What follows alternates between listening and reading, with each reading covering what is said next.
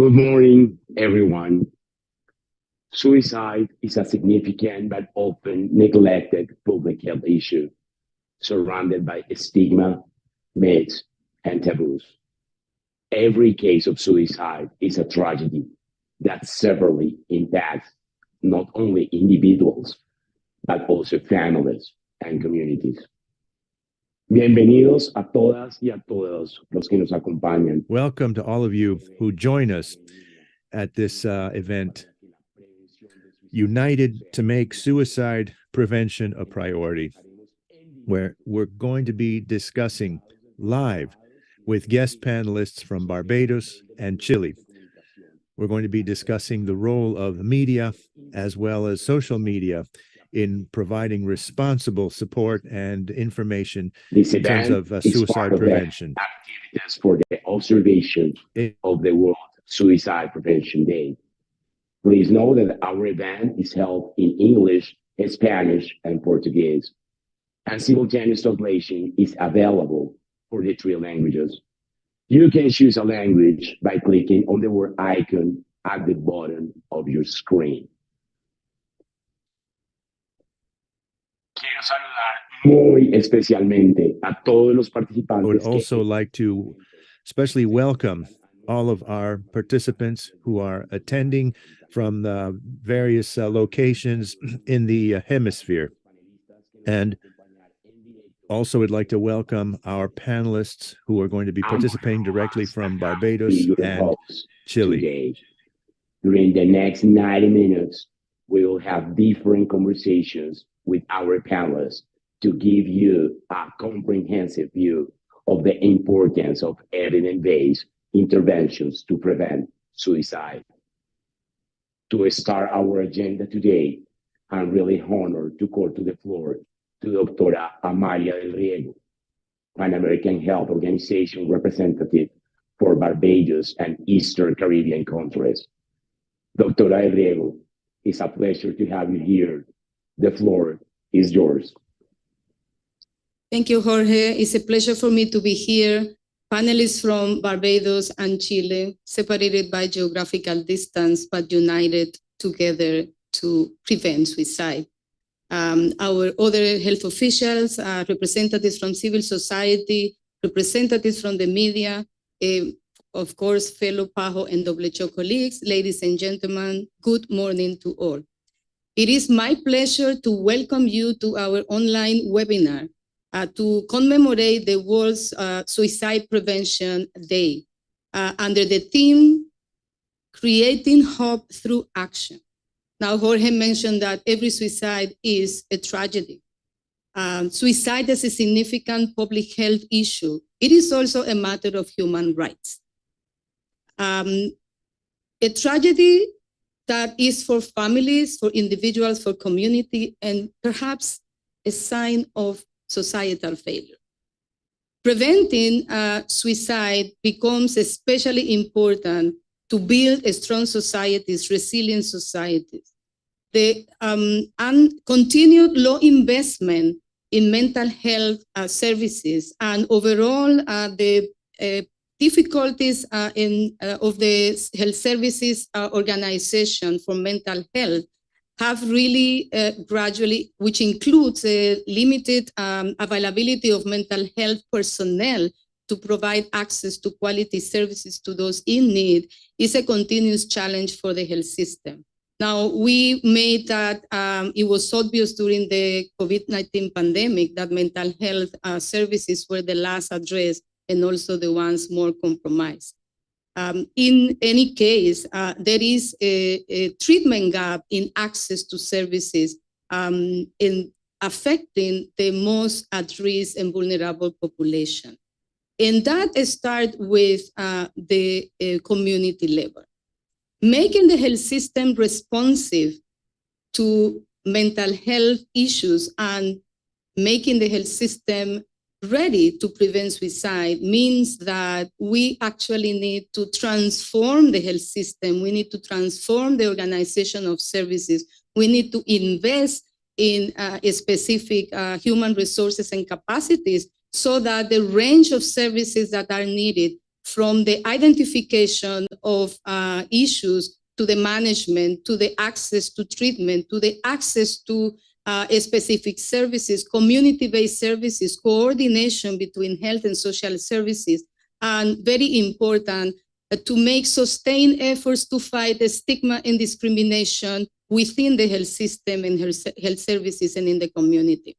This is especially important as the people should feel comfortable accessing services. The good news is that we have tools, we have evidence, and we have the way forward. It is widely recognized, and there is enough evidence to show that reorganizing health systems and services based on primary health care is the way forward to support integration of mental health into the overall primary care services and overall the health system. So we have enough of that. And also we have tools. We have the WHO Mental Health Gap Action Program that specifically provides different tools to train providers, to develop capacities, and to promote organizational changes that are most needed. So we have the tools. We need to recognize that with the recent surge of suicide in our region, this is a matter of urgency. And therefore, we are very pleased and privileged to be here in this webinar because we want to let our voice be heard, and we want to contribute to this transformation that is needed. So by being here in this webinar, we raise our commitment with the prevention of suicide. And so in this end, in this slide, I encourage everybody to participate actively. And I congratulate everybody, the participants, the organizers, and those who are who join online to actually get our passion and our commitment united in making sure that suicide prevention is a reality in our region and that every life can be protected and saved. Thank you very much and have a very productive webinar.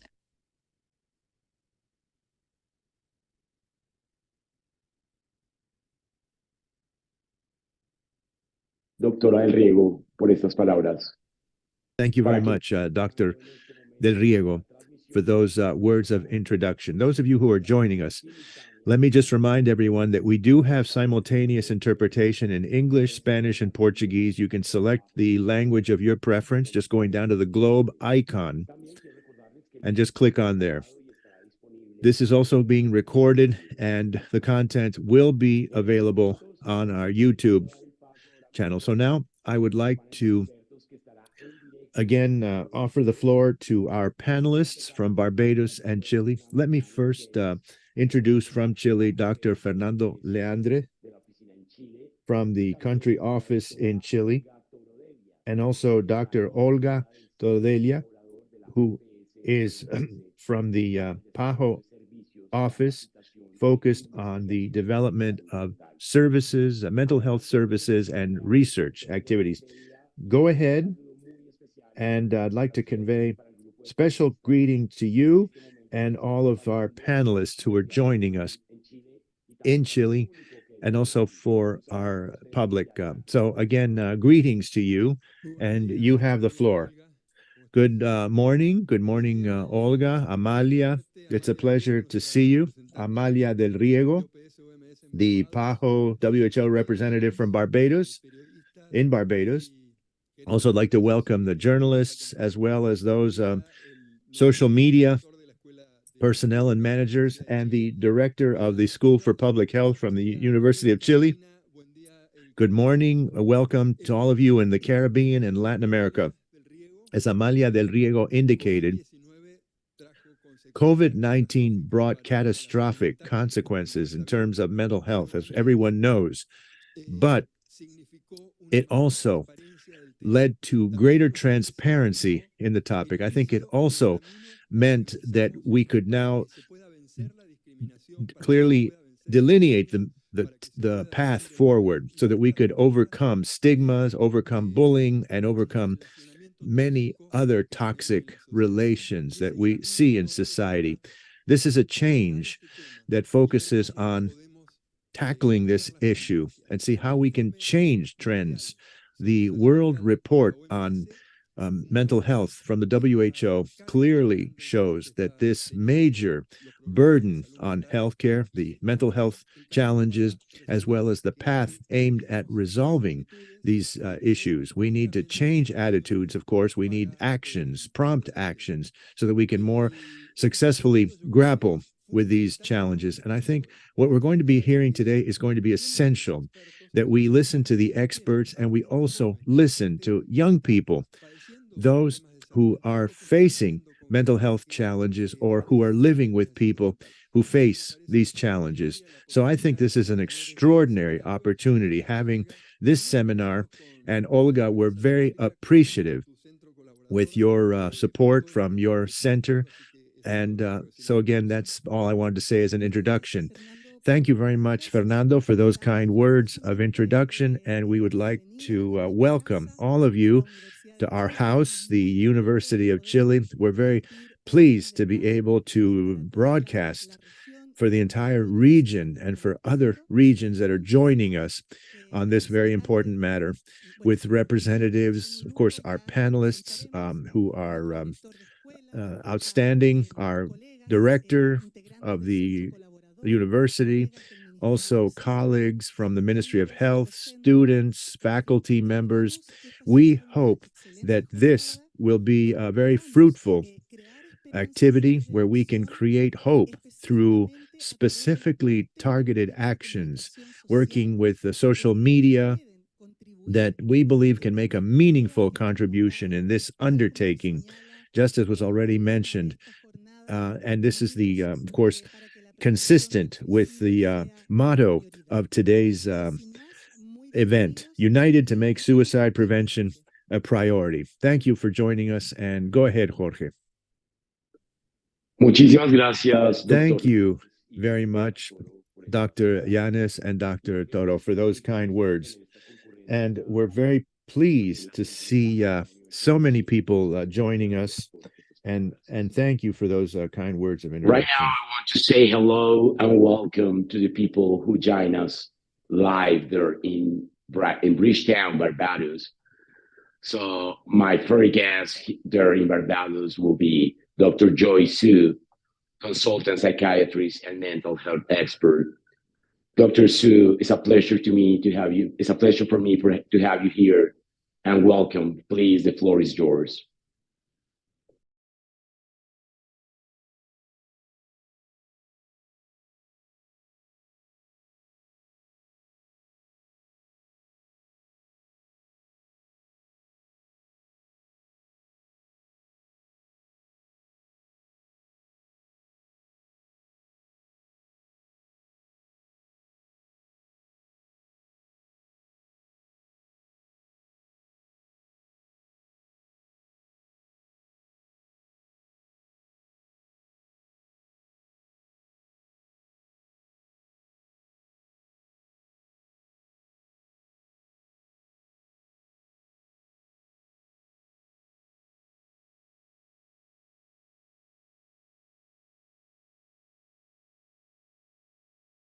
Services into polyclinics. Other strategies include multi-sectoral collaboration and eradication of stigma and discrimination. And PAHO has been essential in collaborating with us and assisting us in this process.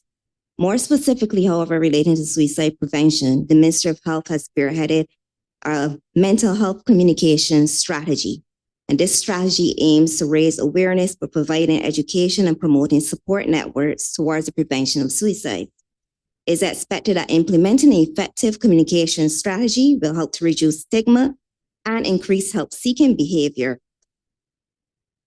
In addition, the ministry is collaborating with PAHO, the Barbados Government Information Service, and media houses to develop a media policy on ethical reporting of suicides in Barbados.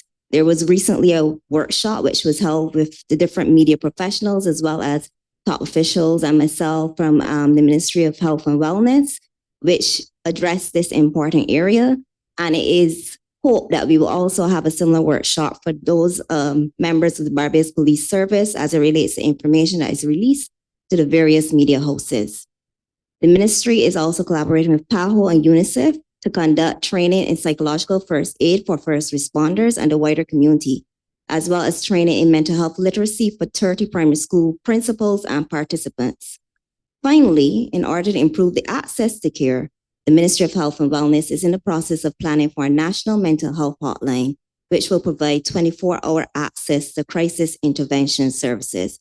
And it can be seen by these interventions that we are addressing 3 out of the 4 suicide prevention interventions recommended in the World Health Organization's Live Life Suicide Prevention Package. And we hope to address the 4th shortly as well. So thank you very much. I hope this will be a productive meeting.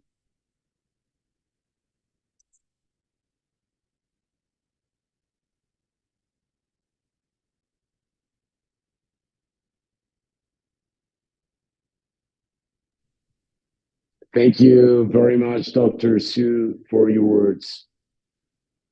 Quiero darle ahora la bienvenida a mi siguiente invitado. Entonces, sin más I would preámbulos. now like to offer the floor to Renato. Go ahead, Renato. Thank you very much, Jorge. Good morning, colleagues, friends. There are more than 500 people connected now, from the north in Canada and the United States to the south, Chile and Argentina. I see here that many countries in the Americas are attending. As the chief of the mental health unit at the Pan American Health Organization, I'm really honored to welcome you to this crucial event for the observation of the World Suicide Prevention Day, united to make suicide prevention a priority. Today, we gathered to address a significant public health issue for the region of the Americas. The data are staggering. Between 2015 and 2019, over 93,000 people in the region of the Americas died by suicide each year. Of particular concern, the regional suicide rate increased by 17% from 2000 to 2019, making the Americas the only World Health Organization region to show an increase during this period. Additionally, we should not forget that the COVID-19 pandemic exacerbated many established risk factors for suicides, such as unemployment, financial insecurity, and social isolation.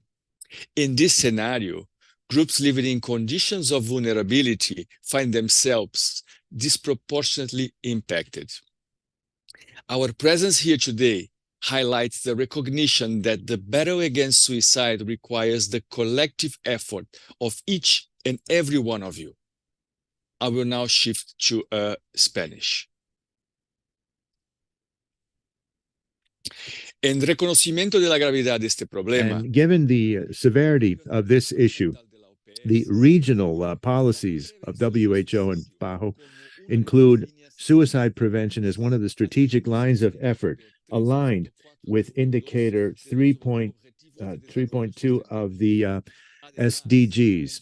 In addition, in 2022, PAHO established the senior level committee on COVID-19 and mental health. And its final report emphasized prevention of suicide as one of the main priority areas. So the topic or the theme this year is to create hope through actions. And I think this is a very timely reminder that our actions today can lead to a better and brighter future for our communities. Let's work together to ensure that the comprehensive healthcare services and mental health services be made accessible to everyone in the community. Let's eliminate the stigma and discriminations associated with mental issues and suicide. Let's make suicide prevention a priority in the political as well as national and regional development agenda so that we can ensure that everyone receives the resources and adequate health care. Collectively, we can make a general change where we can save lives and communities at the same time. Thank you very much. Thank you. Muito obrigado, meus amigos.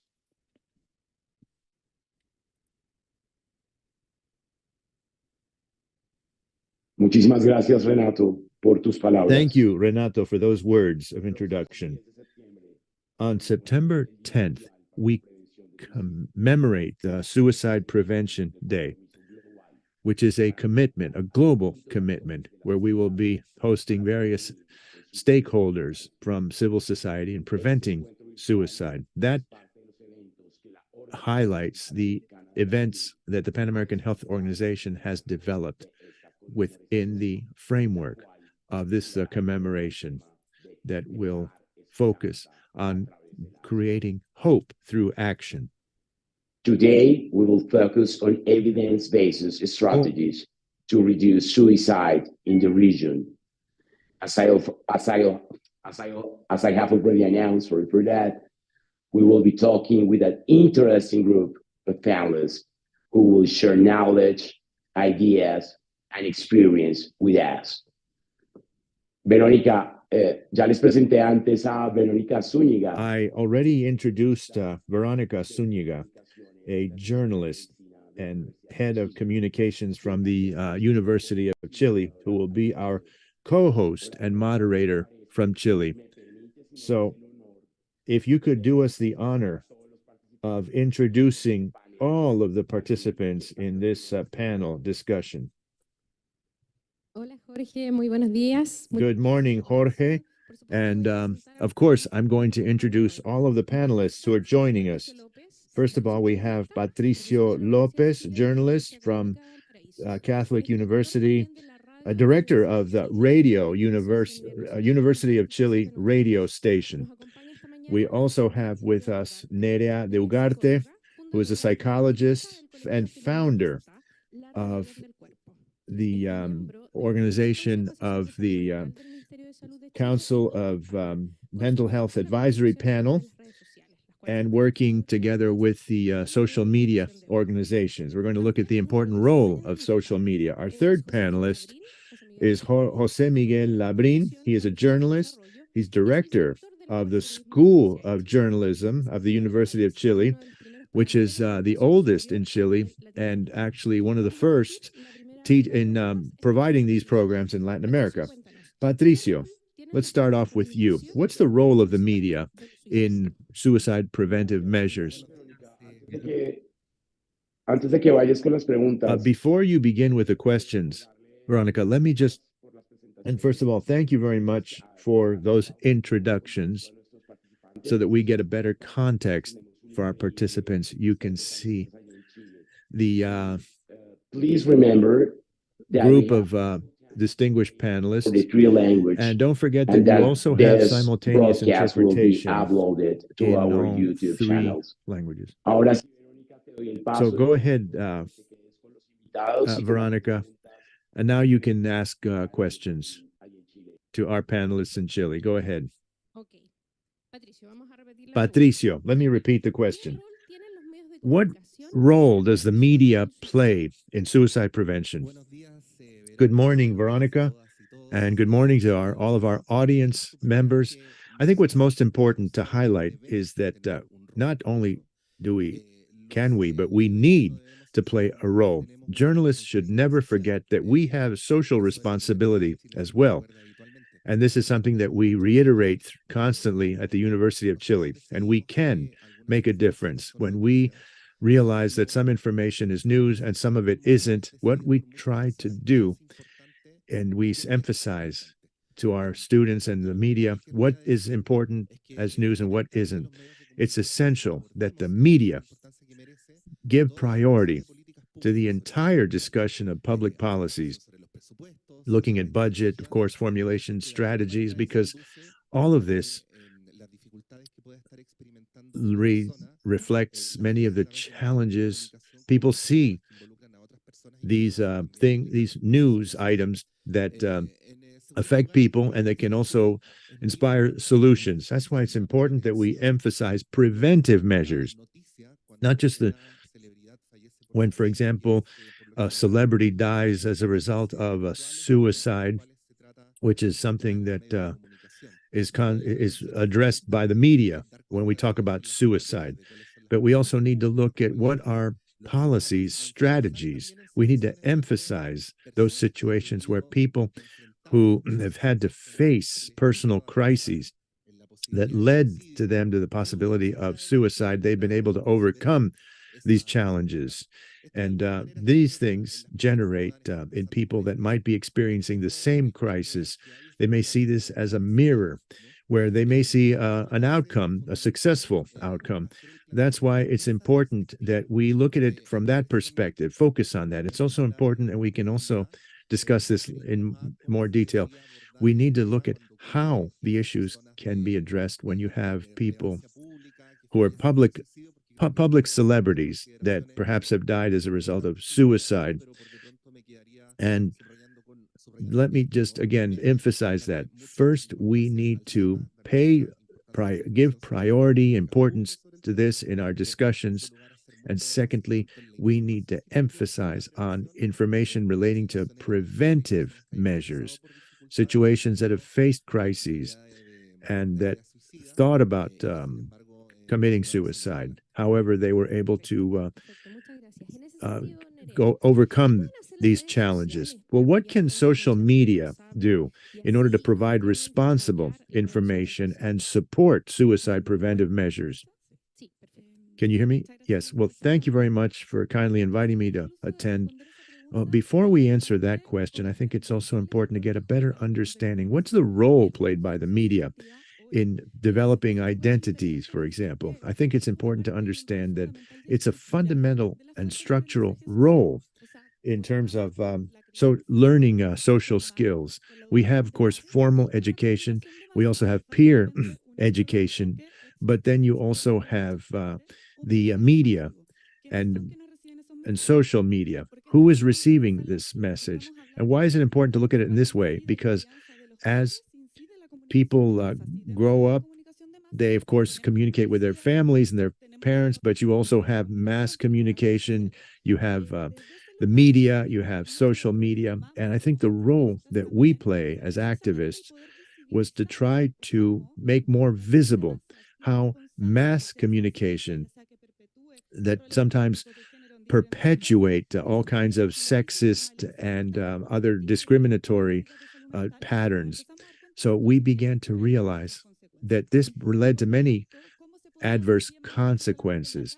So we know that how can we, and we realize frequently that we know that academia is important in terms of studies, research, papers, but when we begin to call out those who have been responsible for different types of stigmas, and again, leading to these areas were leading to the development and creation of many situations as a result of the identities that are developed. So when we brought out complaints against the social media, we then had many other people who would say the same thing. Yes, I was also a victim of what was being done by the social media and this or that.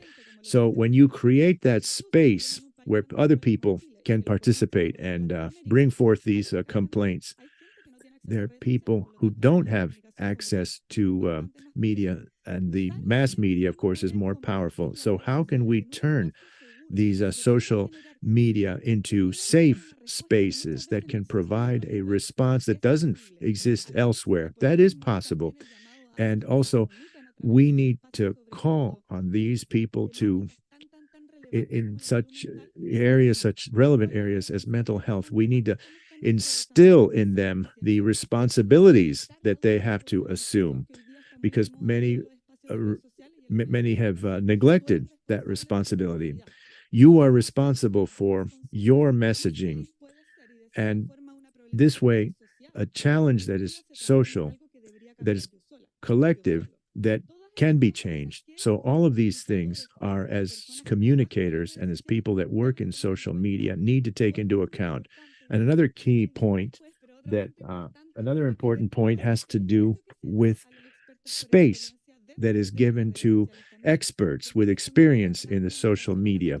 We talked about building that base of knowledge, those people who have experienced firsthand, people who have suffered and that have been led because of crises to potential suicide.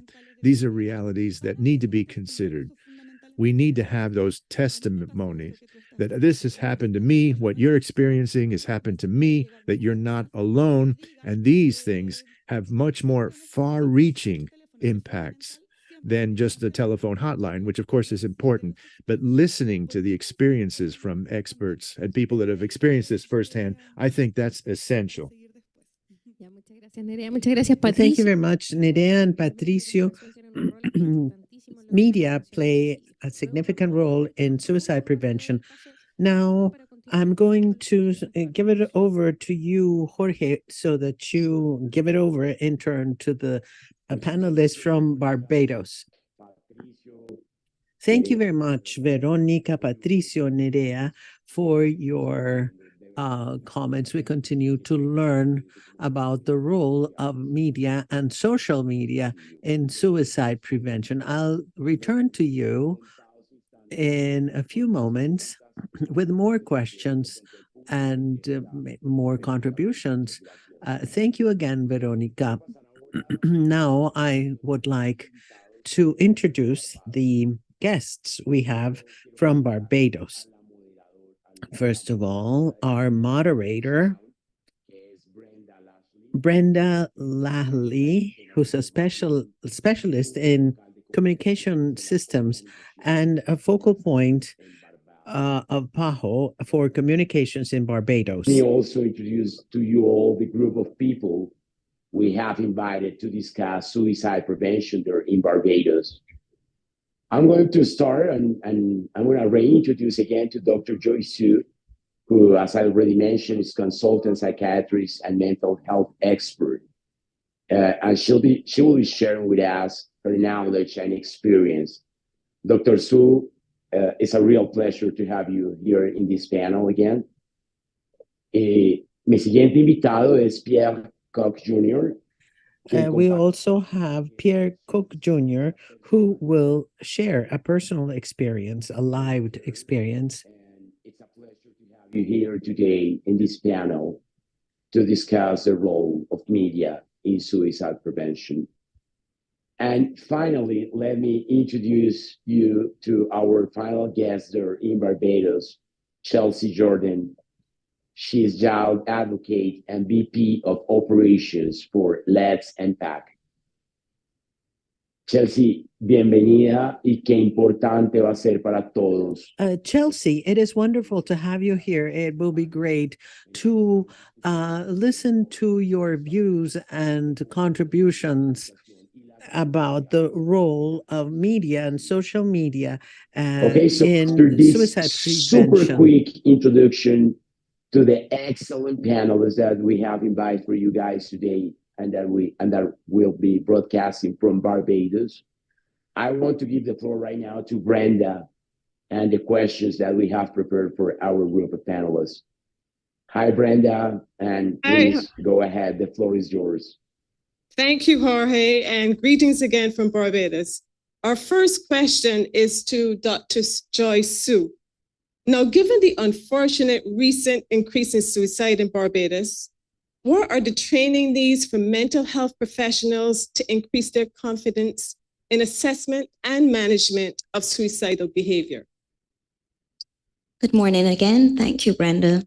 Now, most mental health professionals have some level of training in suicide assessment and management as part of their training, but I think there still needs to be ongoing training. And when you think about persons like social workers and so on, who may often be the first point of contact for some clients, I think there needs to be greater training in communication. How do you communicate with suicidal clients? Because there are do's and don'ts for that. What you do as a crisis intervention and in de-escalation. I remember being on a panel discussion recently where a social worker was asked, what would you advise a head teacher of a school to do if their child is on a roof attempting or threatening to jump? And they really would not have that, I think, level of in-depth training, not all of them anyways, unless they've done extra training. So I think we need to really upskill some of our mental health professionals so that they can get to that level, because it may not always be that a psychiatrist, for instance, psychologist may be on the spot. I've been called to incidents that are occurring where persons have been trying to jump already, and it was quite some distance away, so you can't always wait for the psychiatrist. There are not many of us. The other thing is, I think other areas that need to be addressed, we have a lot of young people who are now affected, and I think young people do respond a bit more to technology, and there are now a lot of apps, screening tools, technology that can be used to help with these prevention efforts, suicide prevention efforts. And I think it'd be good to get training for that, for everybody to get training in that. And then it's other things like safety planning for managing persons in the community who are deemed that they can be managed in the community. And for those minority that you may need to be in hospital care, what do you do to minimize the risk in hospital care? Because there are things sometimes that you take for granted in hospital care. So we have a new ward at the psychiatric hospital, the Tri-Family Center, and that was designed with suicide precautions in mind, and is comparing that to what we had before and realizing the difference. But I think the most important point here is that I think the question, in a way, misses the mark, because I think it's more important for primary care persons, meaning persons who are not mental health professionals, to get the training, because most often those are the persons that people are interacting with, and they should have the tools to do suicide risk assessment and to also know what to do, what we do when we encounter a suicidal client, management, so on. So I think that's where we should be, and that's why MHGAP training is so important and why I've been advocating for it. Thank you. Thank you, Dr. Sue. That's really a key point, in having non-mental health specialists be involved in this process. Our next question is for Pierre Cook, who is our mental health advocate, one of our mental health advocates. Pierre, could you talk to us about the importance of seeking help early? Yeah, thank you very much. And first of all, I do want to say thank you for having a young person be a part of this process. And I was also asked to share a bit about my personal experience. And I think it would have been just about last year when I started to dedicate some time towards seeking care for my mental health. And it was very quick and rapid, things that I had noticed, but not necessarily known where to go seek help or where to go get help. There's a certain stigma around seeking help for mental health in Barbados and across the Caribbean, and indeed the world. And it's one of the difficulties that we face when trying to promote early help-seeking behavior. For me, I think some of the things and some of the reasons why it's important is because going forward with reducing or trying to prevent persons from developing serious conditions means that in improving help-seeking behavior, we can have some crisis prevention. Perhaps it's one of the most important benefits, because without that early intervention, mental health problems can escalate. And there's more opportunity for improved outcomes if there's early help-seeking behavior. I think also early help-seeking behavior might help to erase stigma, but there also needs to be a larger conversation around stigma. I think in almost every single Caribbean island, or even every Latin America country, there is a psychiatric health institution which has attached to it a negative opinion standard conversation. And so persons don't want to go to the public system to seek mental health care. And if you're looking at private health care, that can be very expensive.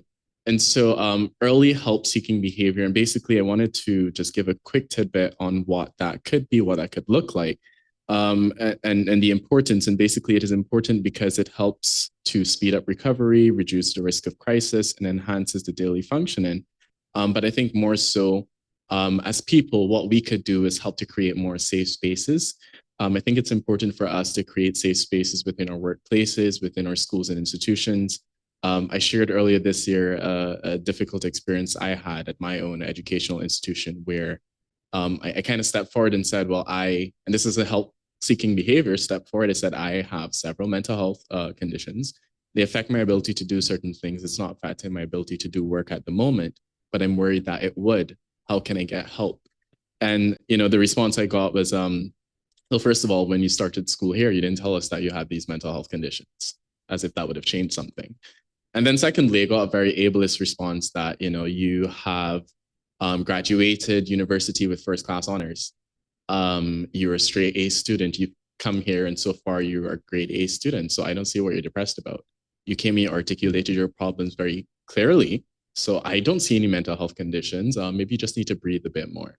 And we really want to work in a space where we try to encourage persons to speak. And so it's important that we create safe spaces. So encouraging help-seeking behavior, it's a collective responsibility. And I think it requires compassion and commitment.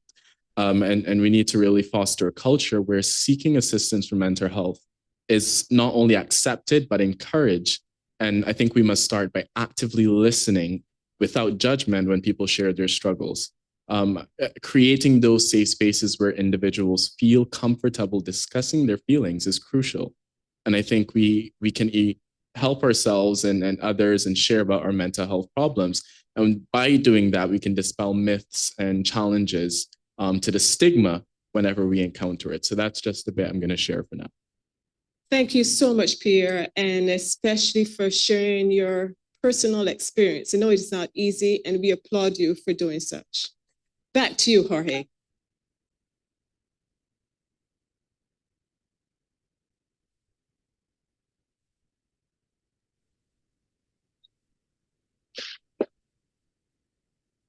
Muchas gracias, Brenda. Thank you, Doctora Brenda. Su, Thank you, Pierre, Dr. Su. Thank por you, sus Pierre, aportes, por este for your conocimiento. contributions, for sharing those words with us. Let me remind you that on September 10th, we are observing the World Suicide Prevention Day. And this event today is part of the initiatives by PAHO to promote the discussion and knowledge about strategies to prevent suicide in our whole region of the Americas. We all can make contributions to support suicide prevention. It is truly a responsibility of us all. Now, I'm going, as I promised, I'll give the floor again to Veronica. There are more questions for the panelists and other topics to discuss. So over to you, Veronica, with your guests in Chile. Yes, absolutely. We have many other issues, and we're going to talk with communications professionals. We have Jose Miguel Labrin, and would like to ask him, how should we approach suicide when you're training communicators? Thank you very much for your invitation. As we said before, I think it is increasingly important, especially after COVID-19, for media and in particular journalists to play a social role by talking about mental health and specifically suicide and suicide prevention. From that standpoint, I think for training future journalists, it is important to have an overall comprehensive response through the media. We need to be aware that today our students are being affected by mental health, and maybe many of them personally have had experiences that have put them close to suicide situations. But we also have the challenge of bringing this topic to coverages that are increasingly more responsible and evidence-based.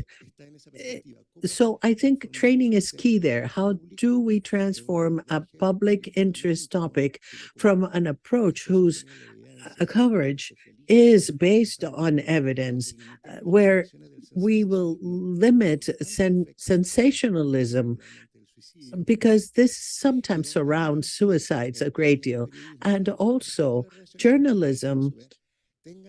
And journalists should always be monitoring how people are behaving in this area. It is important for journalists to be trained to monitor public policies, that they are constantly reflecting on en los what temas de national salud mental y de policies are prevención del being suicidio. made regarding Por cierto, mental en health and generar, suicide prevention. And also they should poder generar un be diálogo talking about new conditions where they can generate a dialogue between the different stakeholders to create more relevant responses in terms of policy. Some progress has been made. Coverage has improved, but I think we still have gaps.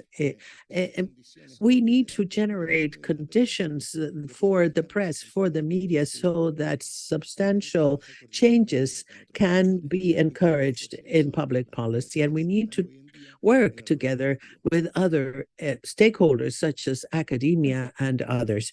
Thank you. Yes, of course, it is a great challenge, as you said. And so back to you, Patricio, what things should professional journalists take into consideration when they are reporting on suicide? Well, the first thing, training and education are important, and ongoing education and training are essential. It's important that the media, not only at university level, but in other places, need to have ongoing training on human rights and gender issues in our countries. We need to have training on disasters and how these things affect mental health. I mentioned these other issues because they are directly related. There is a word that we are lacking in our societies, and I think it needs to be expressed through the media, and it is the word empathy. Empathy. An important part of approaching this topic is realizing that it is not only a topic, it is an issue.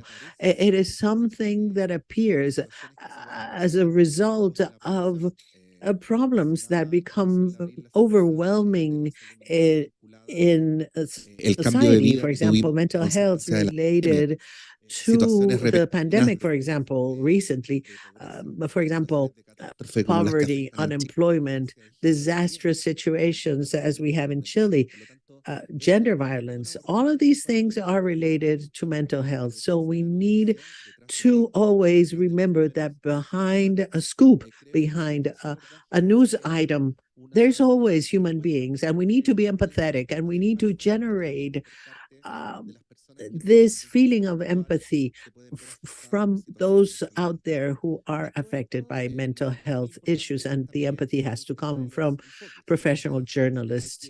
We also need to take different approaches. We need to work with languages to stay away from stigmatizing language.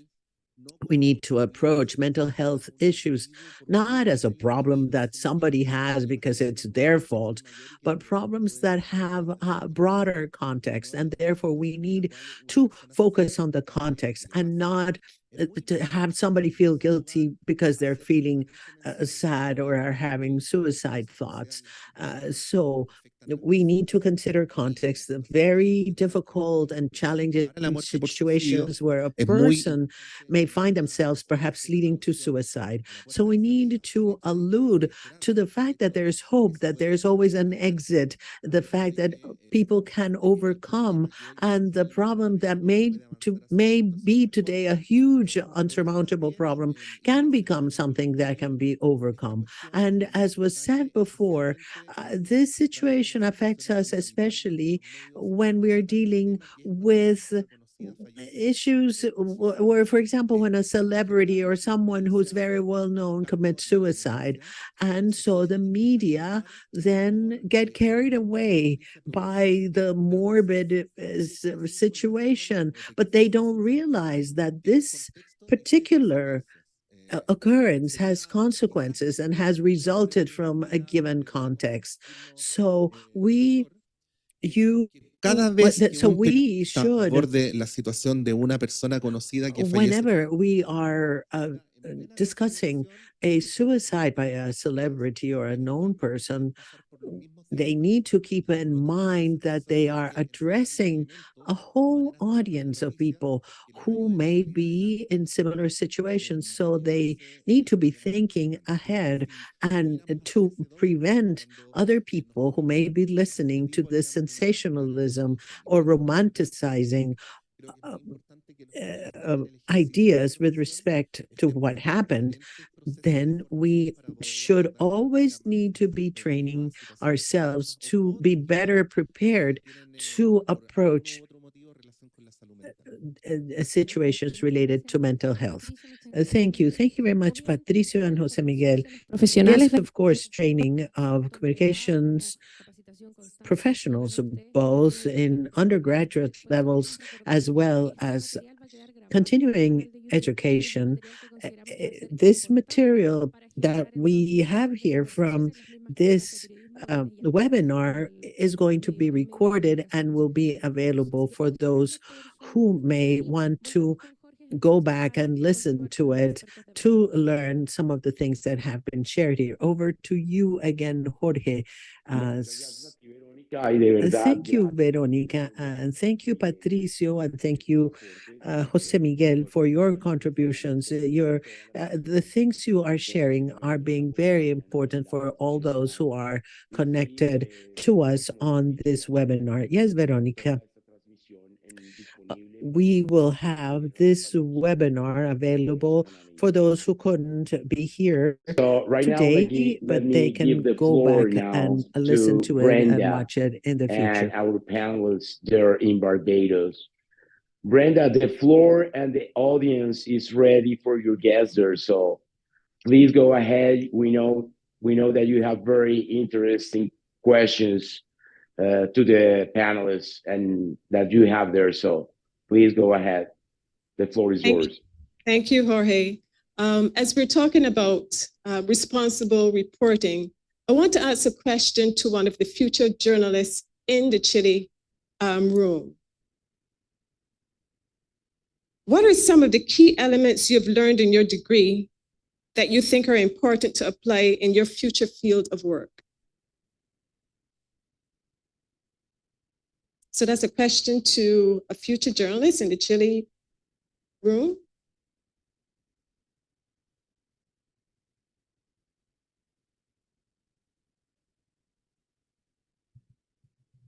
Do we have a response from Chile, or should I move on to my next question?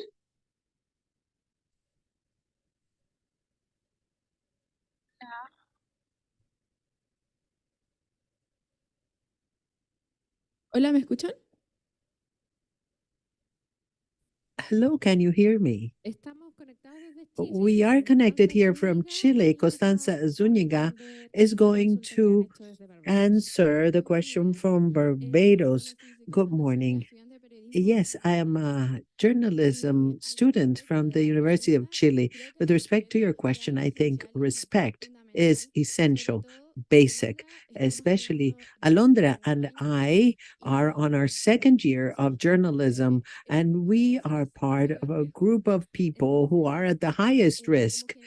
So as a generation, we are quite motivated to learn about this. And even though we are still in training, we can never forget about respect at all costs. Journalism will be a tool that allow us to bring information to people, and we need to be responsible with what we communicate to others. This is what I have to share right now, and thank you very much for your question. Thank you so much, and good luck in your studies. The next question is back here in Barbados. We'll address to Chelsea Jordan. Chelsea, what is the role, excuse me, what is the role of advocacy and awareness campaigns in suicide prevention?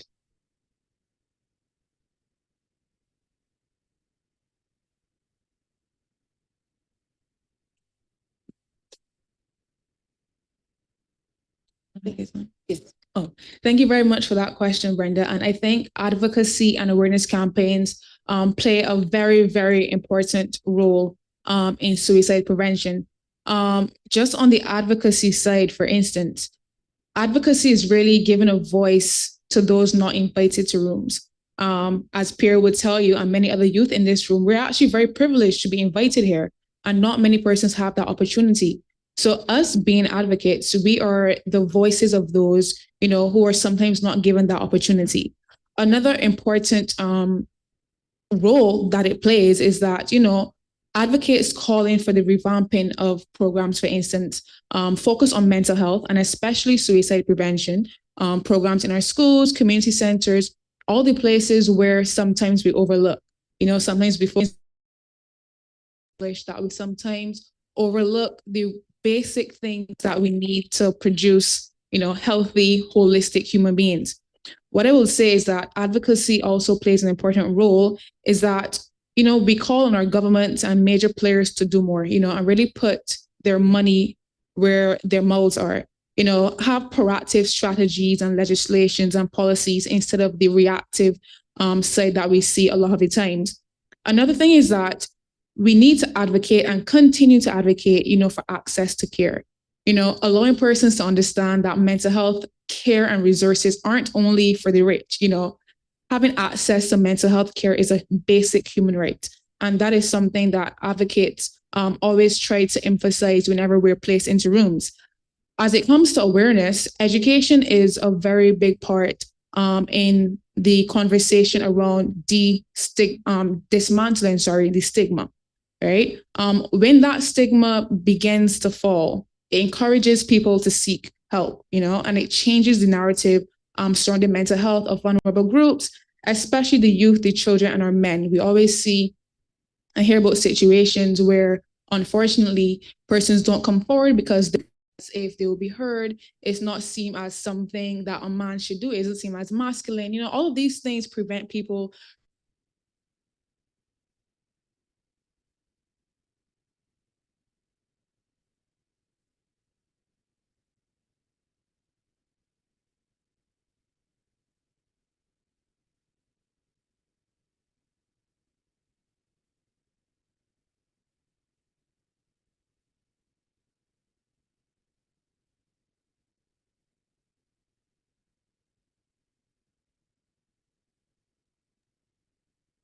Bueno, estamos teniendo un par de problemas técnicos con Barbados, entonces It seems we are having some technical difficulties from Barbados with the audio. So we're trying to reconnect with them. Meanwhile, let me remind you that we are taping this webinar in English, Portuguese, and Spanish, and they will be available on YouTube channels. We are trying to reestablish our connection with Barbados. If not, we're going to go over to Seems Chile. that we're still having technical problems with Barbados right now, so we'll try to reconnect them and go back with them as soon as technical problems are solved.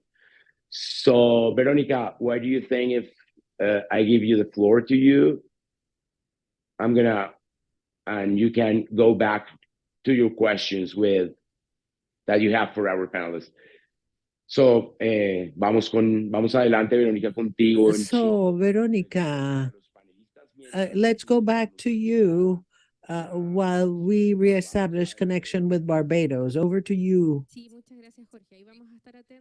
Thank you, Jorge. We will closely follow and see if Barbados can reconnect with us. But let's continue with Jose Miguel. We're going to ask about some of the challenges that we have as we continue to move forward with the social media. How can we focus on suicide prevention in particular and mental health services? Well, that's a key question, and it's something that we have discussed at length in the previous questions, looking at how can the professional media organizations, how can they take on the responsibility of creating the type of agenda that will promote suicide prevention and that can be responsibly done and be a part of working, of course, organized with civil society in promoting a national mental health response. I think this is a very important space. We talked about this with the representatives from Barbados and advocacy. How can the media play a role in the advocacy measures? I think it is just as important to also train journalists, include that as part of their training. And then a second component that I think is also essential, and it has to do with the skills that journalists need to be getting, those who are already in the profession and those who are in school. How can they be trained so that they can counter, for example, misinformation? How can they carry out their reporting responsibilities where they support their stories with based on evidence, based on expert and reliable sources? So when we look at, I think the coverage of healthcare in general is important that we address this, not just in mental health, but look at the pandemic and how the media covered that. So those of us who are training future journalists, we need to accompany the journalists' skills and responsibilities. We also need, together with that, to develop new strategies. If we focus on destigmatization of suicide in our communications, we as academics, of course, are responsible to walk them step by step in their training process to establish coverage that will not continue to replicate stereotypes or maintain stereotypes. We need to break that. So those of us who train journalists, we need to ensure that the media will be more ethical also in its reporting. These are some of the challenges that lie ahead. Thank you. I think that activity, of course, is a part of that awareness raising effort, using different tools in order to successfully grapple with suicide prevention and also stigmatization, as you indicated. I think we are now reconnected with Barbados. Let me know, Jorge. Thank you, Veronica. Yes, I think we're reconnected now with the team from Barbados. Yeah, so just to be sure that we're hearing you well, so give us a word there, Brenda, to hear you, and you can read, and if you can maybe make a small recap of the last 3 minutes when we unfortunately lost you before you start with your questions to your panelists, it will be fantastic. And please go ahead, the floor is yours.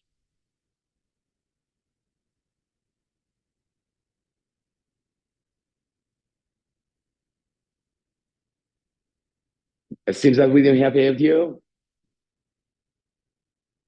Okay, just we're making technical proofs again because we're out of audio. We're not hearing if we can talk again to. No, I think we didn't have audio. So right now I'm gonna give you pass, Veronica.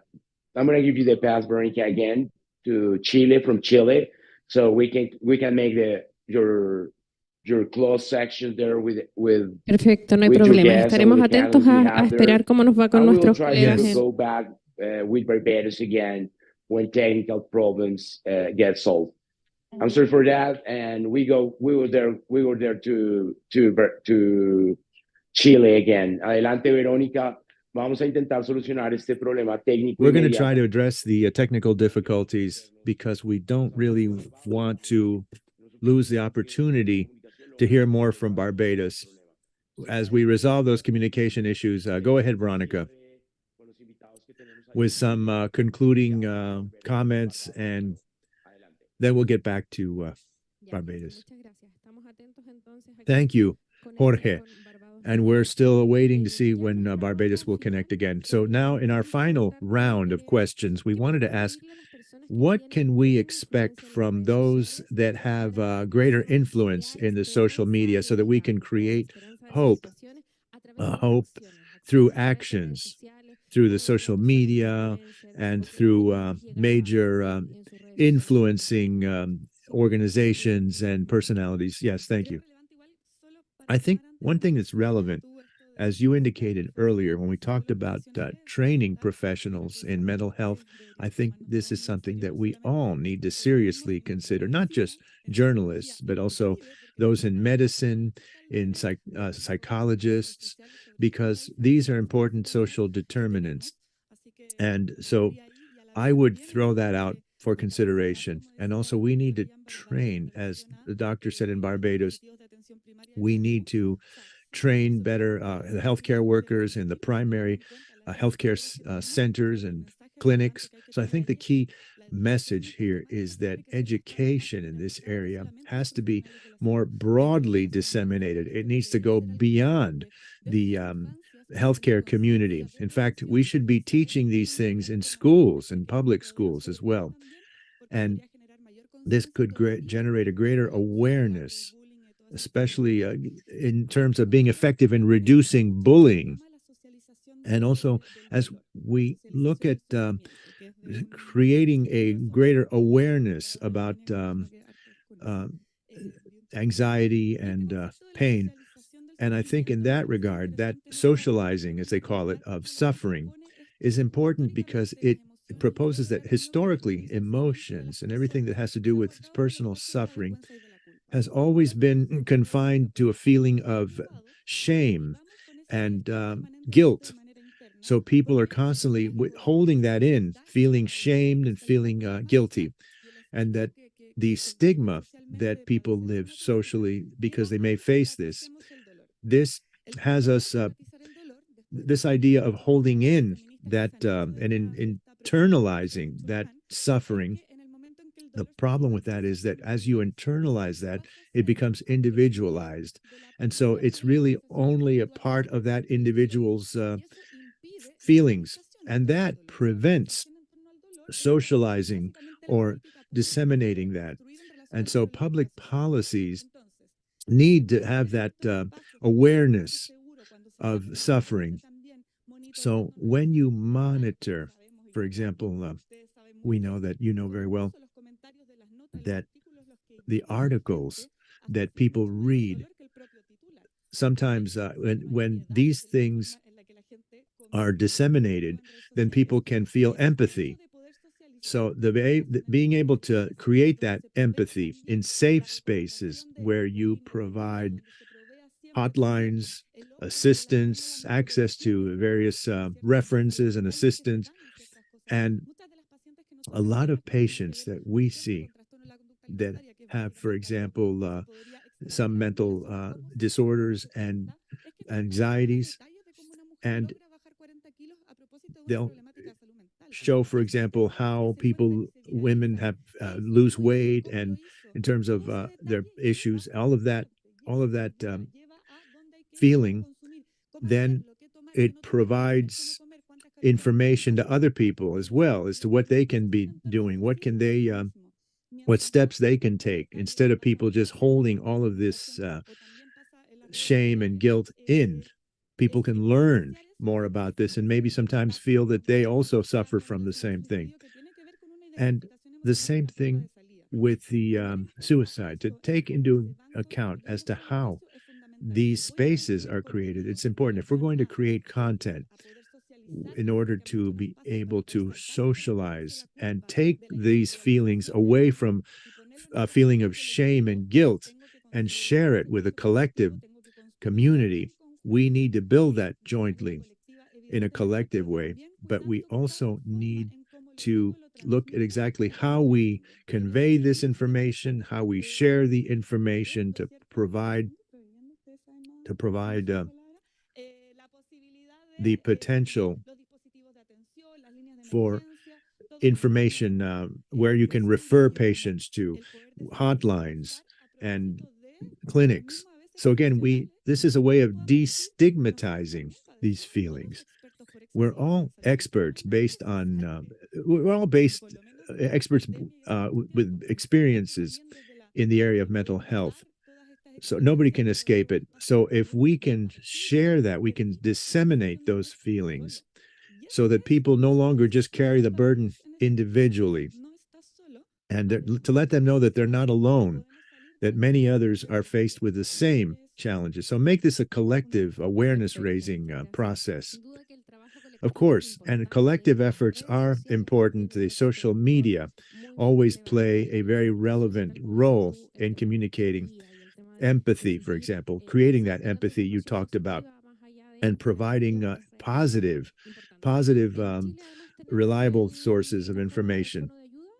We also have the Ministry of Health hotline.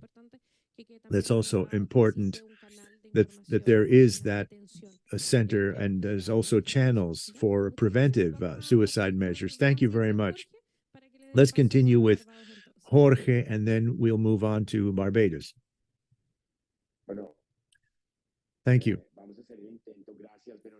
I will try again. Thank you very much, Veronica. And I want to thank you. And I want to remind everyone who are listening that resources in terms of suicide prevention are available at the PAHO website.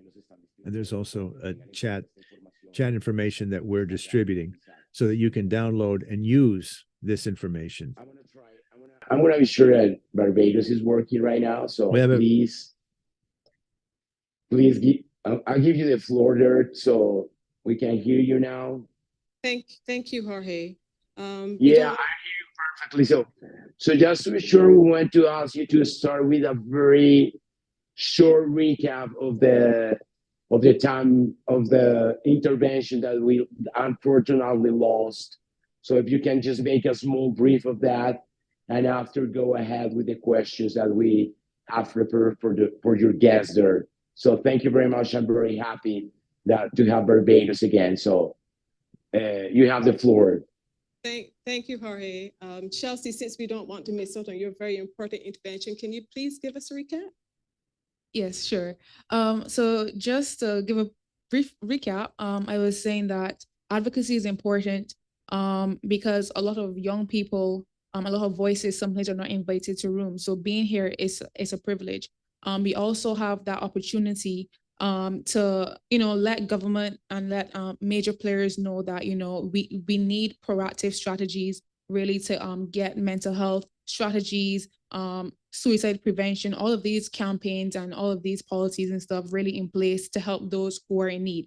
I was also saying that when it comes to awareness, education is very important when it comes to dismantling the stigma because it helps to encourage help-seeking behaviors, and also training those persons who can also help, because we can't always put all the pressure on or rely on all of our mental health professionals to help every single person in need. It's just not realistic.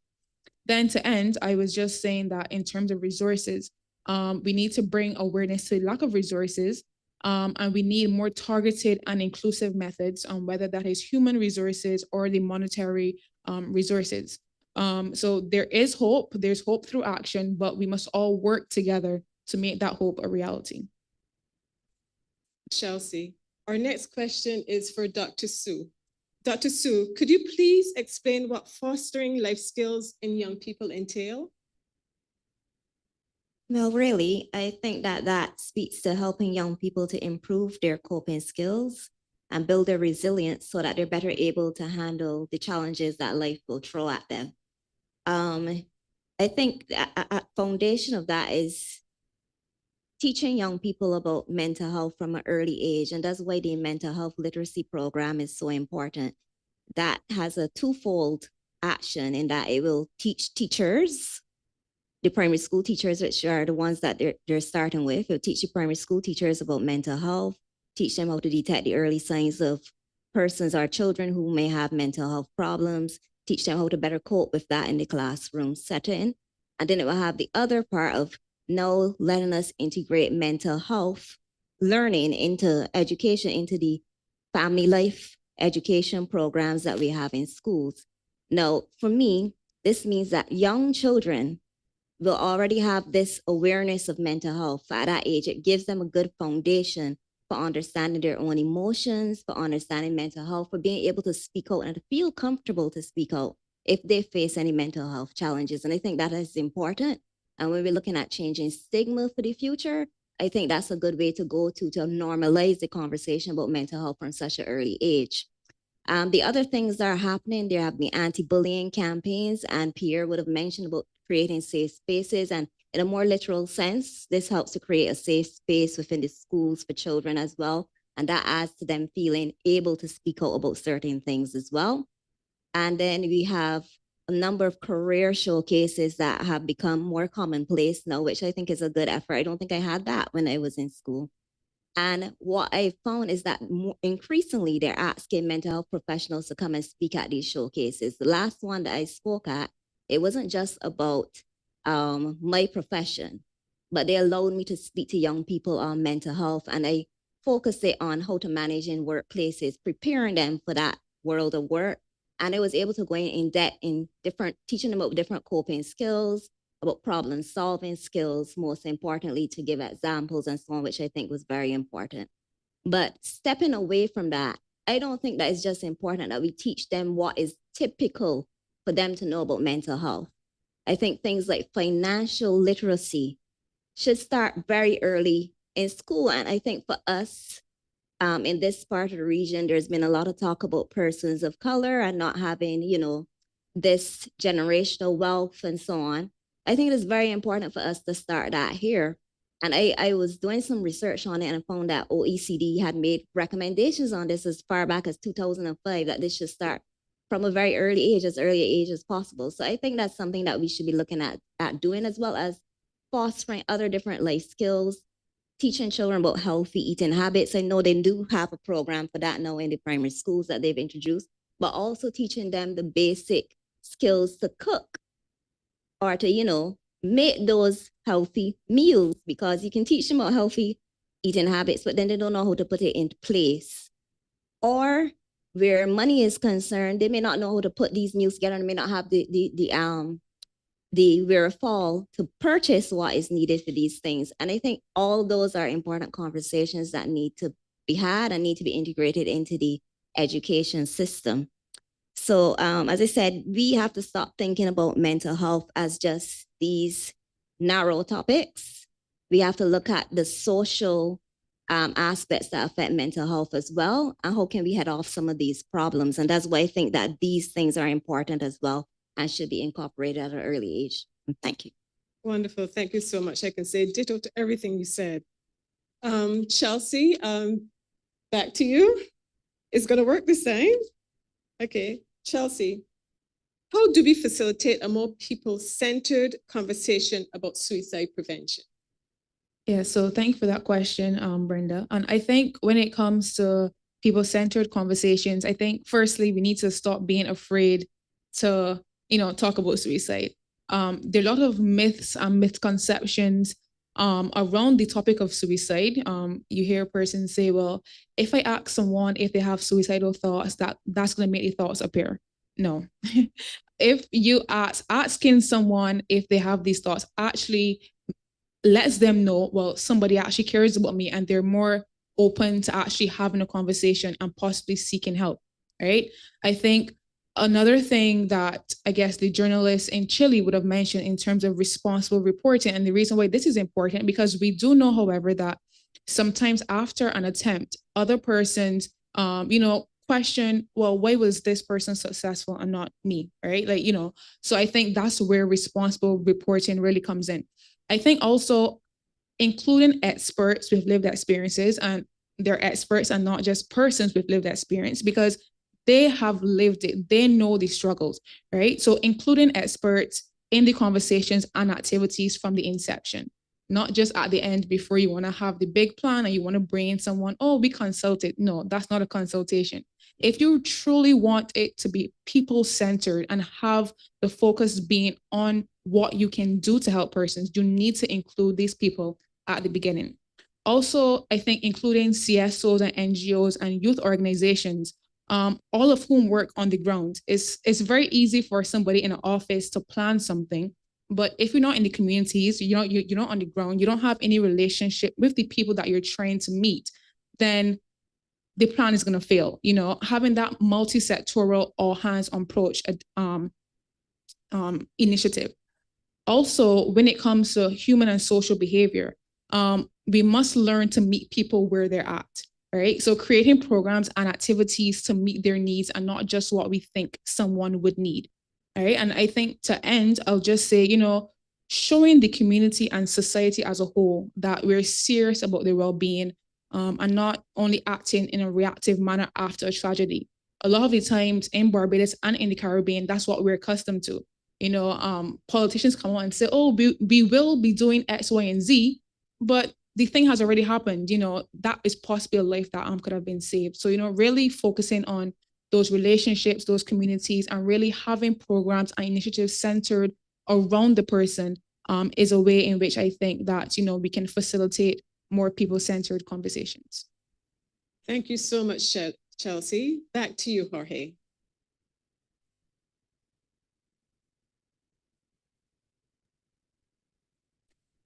Thank you, Brenda and Chelsea. All these contributions are really important for our conversation and the debate we're having right now about the importance of media, social media, and advocacy in suicide prevention.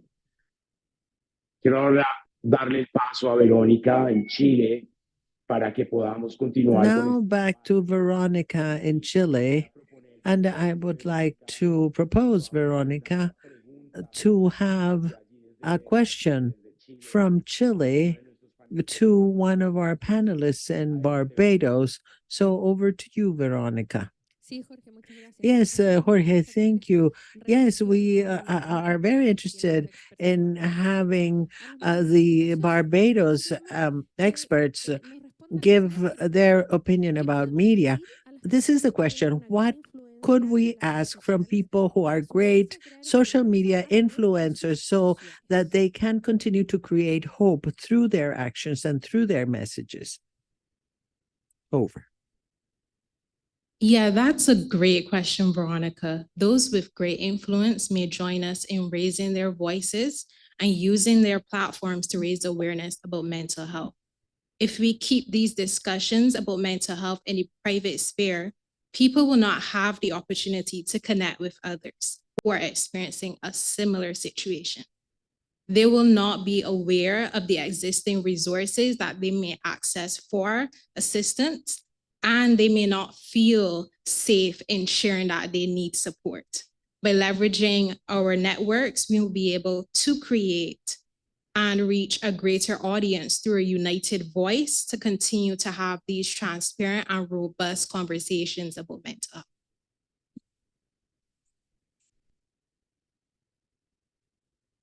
So much. That was Shanika Pierce from the group Let's Unpack It here in Barbados. Back to you.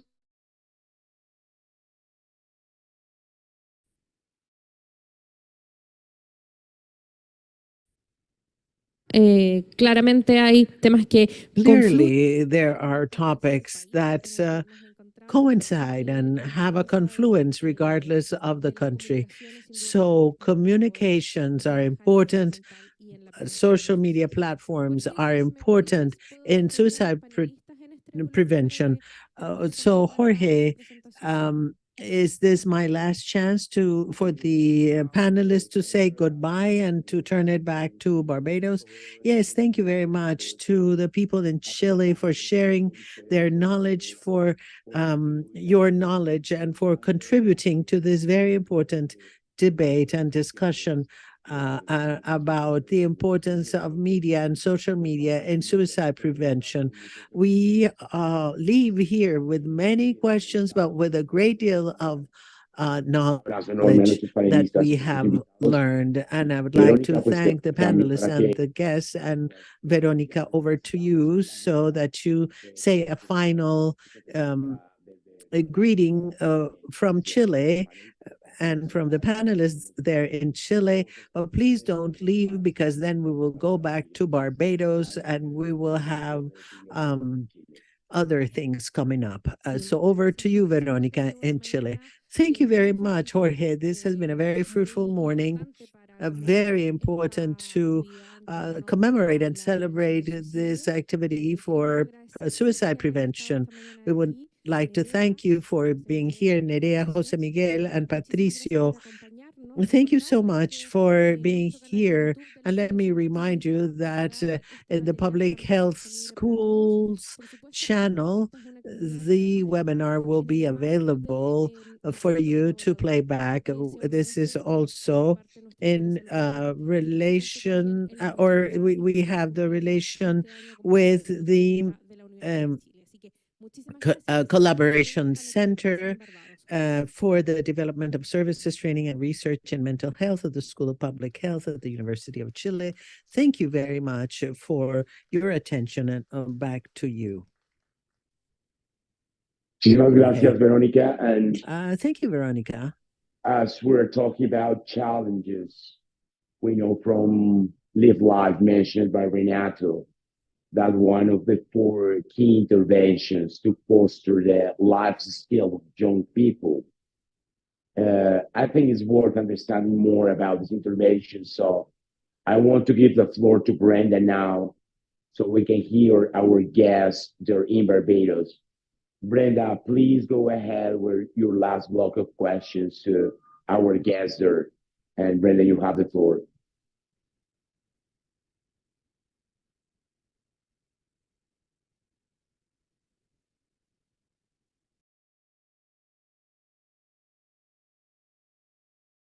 Sir, I'm waiting here for my confirmation, but just to remind you that all the information or recordings will be uploaded to our YouTube channel, and also you can download information and about suicide prevention from PAHO webpage, as you can see on the chat. So seems that we're having communications with Barbados. They confirm here. So I'm gonna give you the floor to Doctora Claudina Cayetano, the Regional Advisor of Mental Health and Pan American Health Organization. Good morning, Claudina. Welcome to our panel, and it's really a pleasure to have you here. Antes de que empieces tu intervención, quiero contarte que before you start, let me tell you that we have heard very many interesting contributions by the different panelists about the role of media and social media in suicide prevention in the region. And I wanted to reach out to you and ask you what PAHO is doing to support the countries in reduction and prevention of suicide. Maybe you could share with us what PAHO is doing, what is going on, and how we can all contribute to the work of suicide prevention. Thank you very much, Claudina. It is a great privilege to have you here. Thank you very much, Jorge. In fact, this panel has been wonderful. We've had excellent panelists, and we are extremely thankful from PAHO for this opportunity to be able to have colleagues from Barbados and Chile in the commemoration of Suicide Prevention Day, which is September 10th, but we are holding it a few days earlier to give the countries the opportunity to prepare for this This day. is the 3rd year. Now I'll switch to English. This is the 3rd year that World Suicide Prevention Day is, the theme is working together to prevent suicide. And this event is clearly an example of working together. This theme has been chosen because it highlights the most essential ingredient for effective global suicide prevention. What we're doing is collaboration. Joining together is critical to preventing suicide. Preventing suicide requires an effort from many. It takes family, friends, co-workers, community members, educators, religious leaders, collaborating center, healthcare professionals, political officials, government, everyone has a role to play. As it has been said, suicide is a major public health concern, which impacts then not only the individual, but their families, their community, and their society. And it is estimated that people who die by suicide are likely to have seen in the month prior to their death by a primary healthcare provider. So what PAHO does, PAHO, as the UN agency specialized in health, among the many initiatives that we are doing, we also have a self-learning virtual course on suicide prevention. And it's not only for primary care providers, it's also for educators. And it gives me a pleasure to say that to date, we have more than 155,000 persons who have enrolled in the course and over 100,000 that completed the course. The course is available in Spanish, in English, and Dutch. And this is important because that's how people are doing their part, to address suicide. Now, working with member states is very important that we also do training. We have training. It's important for us that we support countries in the organization of the health system, integrating mental health into primary care. And we have a tool, which is the MHGAP, the Mental Health Global Action Program, and there's a module in for suicide. The MHGAP is available online, and we support countries to be able to, train primary healthcare providers who are not specialized in mental health, but they can learn how to do assessment and management. Of course, PAHO country offices, and this is and it was mentioned, what Barbados is doing, what is happening in Chile. They're also embarking in training journalists in responsible reporting on suicide. And this is very important because we already know the role that can journalists play when it comes to suicide prevention. We also support countries to develop the suicide prevention plans. It's very important to have strategies how to address suicide. So one of the most common methods of suicide globally is the ingestion of acutely toxic, highly hazardous pesticide, such as paraquat. It's often sold as gramoxone. So this is being identified one of the most common pesticide that is toxic. So PAHO is also supporting countries in terms of phasing out this highly hazardous pesticide. Important to mention that we still, although people are not being persecuted, but we know that some of our countries still criminalize suicide. So we still have some country where suicide attempt is a criminal offense. So we support the legislation to be able to decriminalize suicide. So as you can see, there's so many other things where PAHO is intimately involved, working with countries, closely working with, we also work with educators. We have a tool on school mental health literacy, which is to educate, build the capacity of educators on mental health literacy. As we all know, this is so important that we do that with our educators. So this is, there's no denial that mental health is an essential component of overall health and basic human right. So we thank you for so much for joining us. As the theme said, united to make suicide prevention a priority. Thank you, Jorge, over to you. I think the colleagues from Barbados are ready. Brenda? Yes, we are. Thank you so much. Thank you. Okay. So the last question from Barbados goes to Pierre. The overall goal of this day is to raise awareness about suicide prevention worldwide. Pierre, what we would like to know, what does creating hope through action mean to you? Yeah, I thought a while about this phrase, and for me, it really speaks to creating infrastructure. I think that's one of the important parts of creating hope through change. Many times, this lack of hope is a symptom of most mental health conditions. As a person who's working through major depressive disorder, compulsive disorder, generalized anxiety disorder, bipolar 2 disorder, going through all those things, I understand and appreciate the importance of having safe spaces and creating important structures for persons to be a part of. But what it also says to me, this creating hope through change, is that as people, we need to change. It's not just the responsibility of governments, it's not just the responsibility of healthcare providers, but we all have a role to play in ensuring there's a better system for mental health care across the Caribbean and even the world. Creating safe spaces means that we listen without judgment, we listen with empathy. It means that we spread and share love. It means when persons come to us and share their challenges that we offer some sort of empathy, but we also understand our limits and know when we are supposed to seek out and send them to or recommend that they seek a professional mental health care person. There are certain challenges and certain things that you may want to notice or look out for amongst your friends or people in your life who may be going through challenges. And again, it speaks to the importance of noticing and the art of noticing.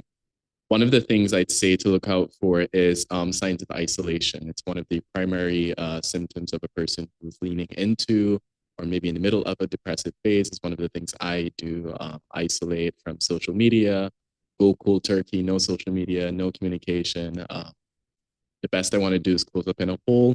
If you see that type of behavior, just pay a bit more concern.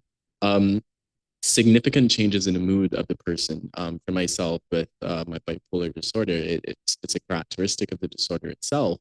But sometimes you can tell when a person is moving from a space of stability into a manic phase by the way their mood changes and the way their mood shifts. So that's something else to look out for.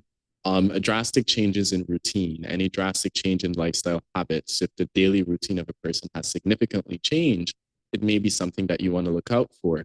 And this expressing a sense of hopelessness. I try to explain to my friends sometimes that there's a point in my life where I can't see my future. I'm sitting here now, but I can't see October. I can't see November. I can't think of what life or the world would be like in a year, even if I try very hard to put my mind to it, because there's no hope. I'm in law school. I graduated with first class honors. By all standards, I should be happy and excited with my life. But there's still this sense of hopelessness because of these mental health conditions. And so it's important to create hope through change by ensuring you create safe spaces.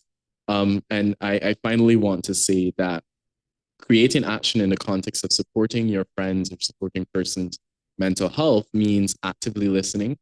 It means offering support and taking steps to help when needed. When I first sought mental health care, it wasn't because I knew I needed it. It's because a friend recognized it. And it also underscores what Dr. Su was saying about the importance of training persons outside of the healthcare field. Because for most of us, when we get the decision or make the decision to see a mental health care professional, it's because a friend recommended it, work recommended it. And so it's important that we create safe spaces and that we make those encouraging steps and provide support. And finally, in recognizing red flag behaviors among friends, it is vital for early intervention so that when you notice these signs, it is important and essential to approach your friend with care and empathy and encourage them to seek professional help if necessary. We are not professionals, the professionals who are trained to help you.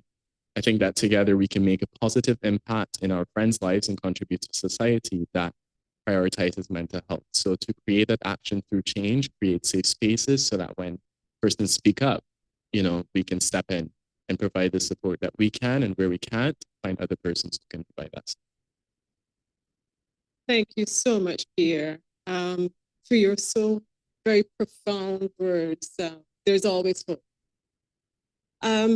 Thanks from Barbados. That's a wrap. And I am sure you'll congratulate the wonderful panelists we have here. We're so proud of them. Thanks again. Back to you.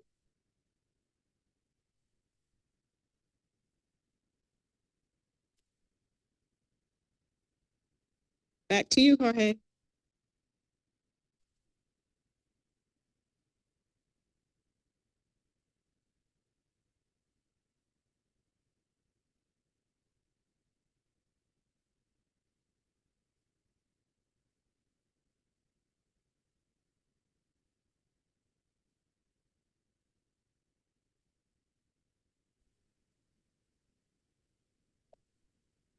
Okay, with me. Okay, with me. I have technical troubles here, but I'm back. Okay. Thank you really much for all that knowledge there in Barbados. We finish up with a lot of questions and reflections and things to think after all the information we received. And also we understand a lot, and I think, and I promised at the beginning of this broadcast that we will give you a full overview, a comprehensive overview about the way that social media and the communication have a very high impact on suicide prevention. And I think that the people there in Barbados, this fantastic group of panels that we have, and the people that join us from Chile really fulfill that promise. So this is all that we have prepared for you today. I want to really thank you to our moderators and panelists for all their contributions and knowledge and personal experience. They really built up a new knowledge about suicide prevention here in the region. I'm sure you have contributed greatly to the conversation about the importance of implementing evidence-based suicide prevention intervention in order to see changes in trends in the region. Para mí ha sido un placer acompañarlos el día de hoy. And for me, it's been a pleasure to accompany you during this event today. And I want to thank in particular PAHO. I want to thank our teams in Chile and Barbados. I want to thank our panelists. I want to thank the University of Chile, all of our participants and attendees that were involved. And hopefully we will continue. And we want to thank all of you who have been with us throughout the whole event. And let me just remind everyone that the contents of this webinar are recorded and they're going to be made available on the YouTube site. So suicide prevention is a responsibility of everyone and for everyone. So it's really been a pleasure to be with you throughout today's event. And I'd like to just do a virtual applause for everyone. And until we meet again.